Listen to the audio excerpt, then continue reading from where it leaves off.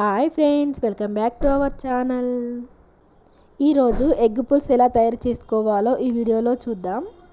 ముందుగా egg బాయిలర్లో eggs boil చేసుకోవాలి. Eggs boil అయ్యేలోపు మనం పులుసుకు రెడీ చేసుకుందాము. ముందుగా 5 ఆనియన్స్ తీసుకున్నాను. వాటిని మంచిగా కడిగి చిన్న ముక్కలుగా కట్ చేసుకున్నాను. కట్ చేసుకున్న తర్వాత వాటిని ఆయిల్లో ఒక బౌల్ పెట్టుకొని అందులో కొంచెం ఆయిల్ వేసుకొని అందులో ఆనియన్స్ అండ్ కొన్ని కొత్తిమీరలు వేసుకోవాలి. వేసుకున్న తర్వాత వాటిని గోల్డెన్ కలర్లో వచ్చేలాగా వేయించుకోవాలి.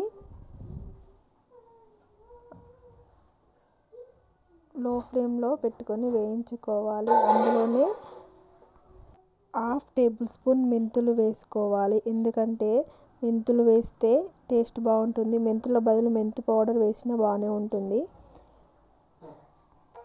ఎగ్ పులుసులో మెయిన్ మెంతి పౌడర్ వేస్తేనే టేస్ట్ బాగుంటుంది.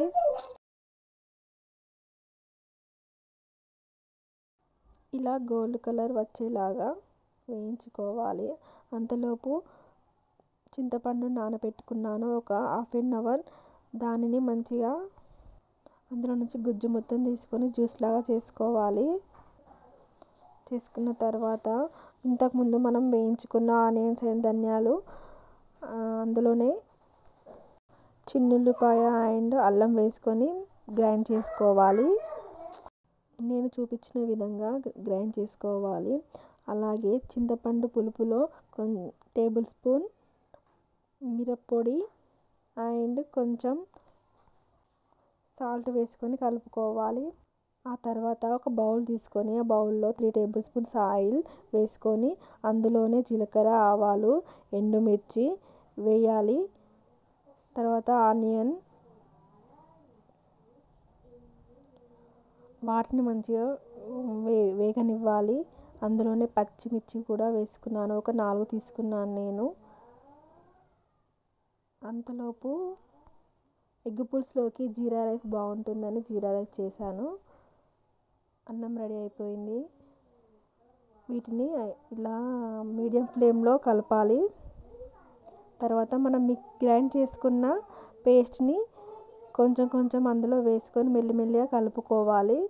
ఎందుకంటే హై ఫ్లేమ్లో పెట్టకూడదు, ఎందుకంటే అది అడుగంటుతుంది. మీడియం ఫ్లేమ్లో పెట్టి మెల్లిమెల్లిగా కలుపుకోవాలి.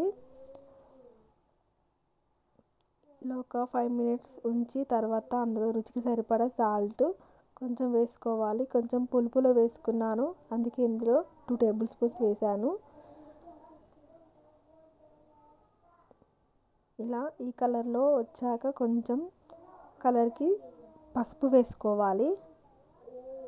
పసుపు వేసుకొని మొత్తం ఒకసారి మిక్స్ చేసుకోవాలి.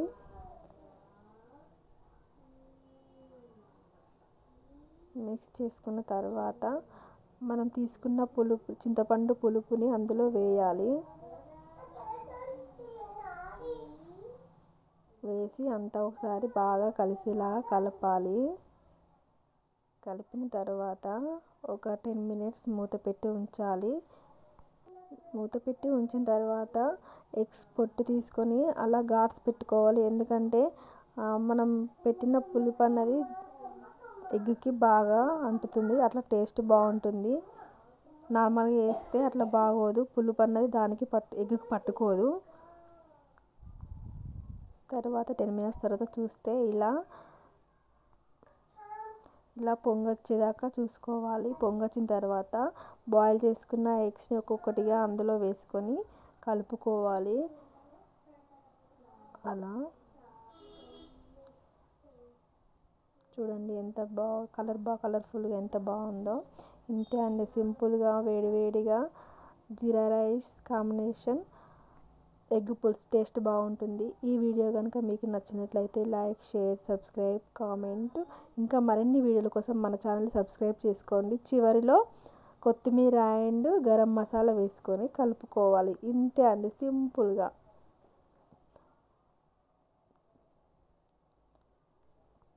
ఇలా చేస్తే పిల్లలు కూడా చాలా ఇష్టంగా తింటారు. Bye. Please like, share, subscribe, comment. ఇంకా మరిన్ని వీడియోల కోసం మన ఛానల్ని చెక్అవుట్ ప్లీజ్. బాయ్.